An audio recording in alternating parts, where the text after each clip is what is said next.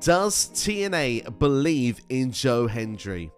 If the answer is yes, then he will be winning the TNA World Heavyweight Championship from Nic Nemeth at Bound for Glory. I'm going to give you my Bound for Glory predictions, and I'm going to give you my pick of whether I think Joe Hendry can win the big one this Saturday. But we're going to start off with Countdown to Bound for Glory with the Call Your Shot Gauntlet, and we're going to work our way through the card. So make sure to make your predictions with me in the comments below.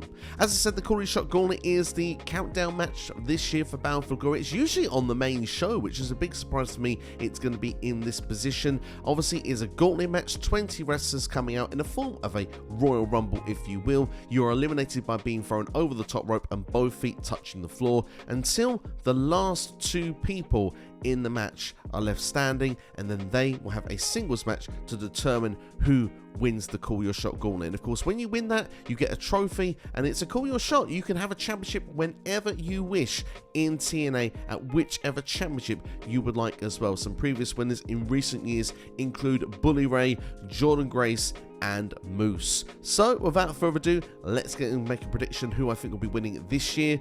Honestly, looking at it, I'm going to say a wild card pick for a win. I'm going to say someone from NXT wins this year, because that way it creates headlines. It's almost a case of, whoa, someone from NXT can come in and win one of our championships. Now that could happen later in this show. Wendy Choo is going for the Knockouts Tag Team Championships, but to have a single star that perhaps maybe wants to go for a World Championship, I think that certainly would create shockwaves. And for me, someone looking at this that could come in, because Halloween Havoc is for NXT the following day, so I don't know the distance of travel issues and stuff like that, so I need to pick someone that's not on Halloween Havoc that could come here and win that gauntlet. And I'm going to stick my neck out and say I think Wesley, someone who's not on the Halloween Havoc show, someone who's looking to make a name for themselves and win a world championship, I think he could come in and he could win that trophy. And as well, Zachary Wentz and Trey Miguel are not on the show anywhere else. Imagine if that was your final three in the Call Your Gauntlet. Feels more fantasy booking for me, but damn it, I want to see it, so I'm going to predict it. I'm going to say Wesley is going to be the one who is going to win the Call Your Shot Gauntlet, and I believe that Zachary Wentz will be the runner-up. Just a quick note as well, there'll be two inductees into the TNA Hall of Fame as well during the countdown. We've got Bob Ryder, and also we've got Rhino. Great to see both of those going into the Hall of Fame. Personally for me, especially Rhino being one of my favourites through TNA history. In fact, I've been a big fan of Rhino since his ECW days pre going to WWE. But going on to the main card then, let's start with the X Division Championship, and sign me up for this one. Mike Bailey against Vikingo. This one is going to be high-flying excellence.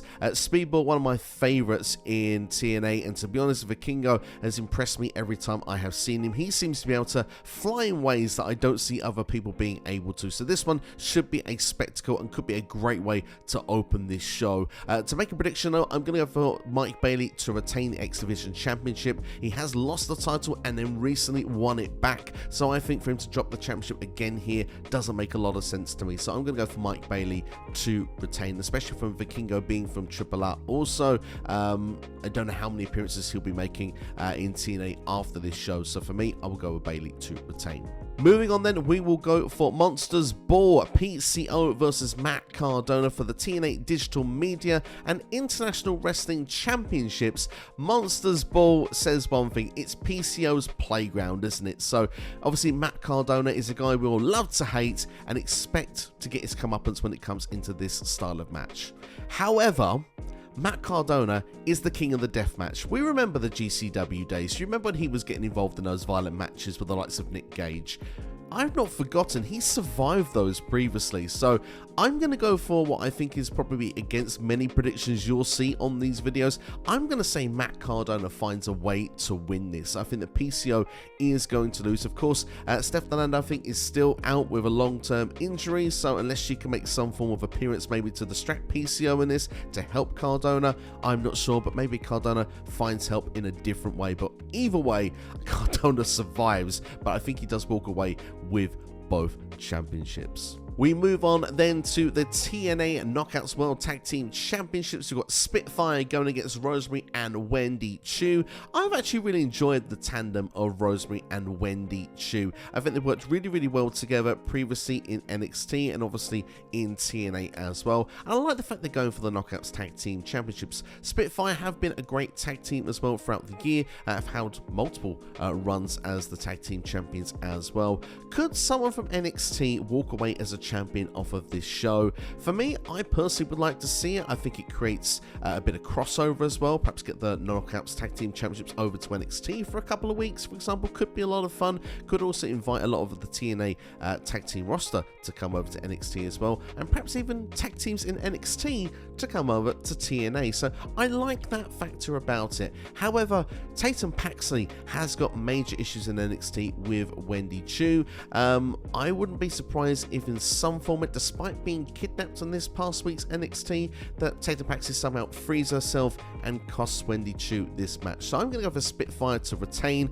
However, that's a head prediction. The heart is going for Rosemary and Wendy Choo. Next, we'll go with Josh Alexander versus Steve Maclin. Look, if this prediction was done any other time, I would always be saying Josh Alexander for the win. However, Josh Alexander's contract is coming up soon, and I've not heard any word that he is going to re-sign. In fact, in interviews, probably go back a couple of months now, I've seen he would be open to exploring his options. It feels like that Josh Alexander now is doing a lot of jobs on the way out. He seems to be losing quite a few big matches, so I think Steve Maclin is going to pick up the win here. I think that it will do Maclin a lot of good, and to be honest, Alexander, it doesn't harm him, but if he's on the way out, it feels like it's probably the right move. Personal feud with Moose versus Mike Santana. For me, torn on this prediction if I'm honest, because Mike Santana, a big win here, propels him up the card, something that I think I'd quite like to see happen in TNA if I'm honest, and really hoping the best for Mike Santana in his singles push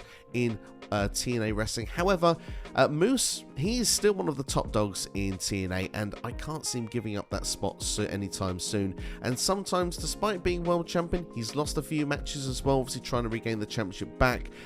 I do feel like, for me, you need to keep Moose looking strong. So for me, I don't know if this is necessarily going to be the end goal here. I can see them perhaps having a rematch somewhere further down the line where Santana can pick up that win. I'm going for Moose to win on Bound for Glory. We'll follow that up with Full Metal Mayhem for the TNA World Tag Team Championships. We've got the System, Eddie Edwards and Brian Myers going against ABC, of course, Ace Austin and Chris Bay, followed with Matt and Jeff the Hardys. Look, this one is going to be great fun. Full Metal Mayhem never disappoints, and the fact with these three teams in this match means it should be an absolute barn burner. And if I'm being honest, on paper, it's probably the match I'm looking forward to the most. Look, I'm going to go with the Hardys to win here just because of the fact that I just feel like they will have at least a proper run with those TNA Tag Team Championships during this run in TNA. So I think that this is probably, it's their type of match. It feels like the right platform to do so. We've seen the System and ABC have multiple matches and swap these titles around. So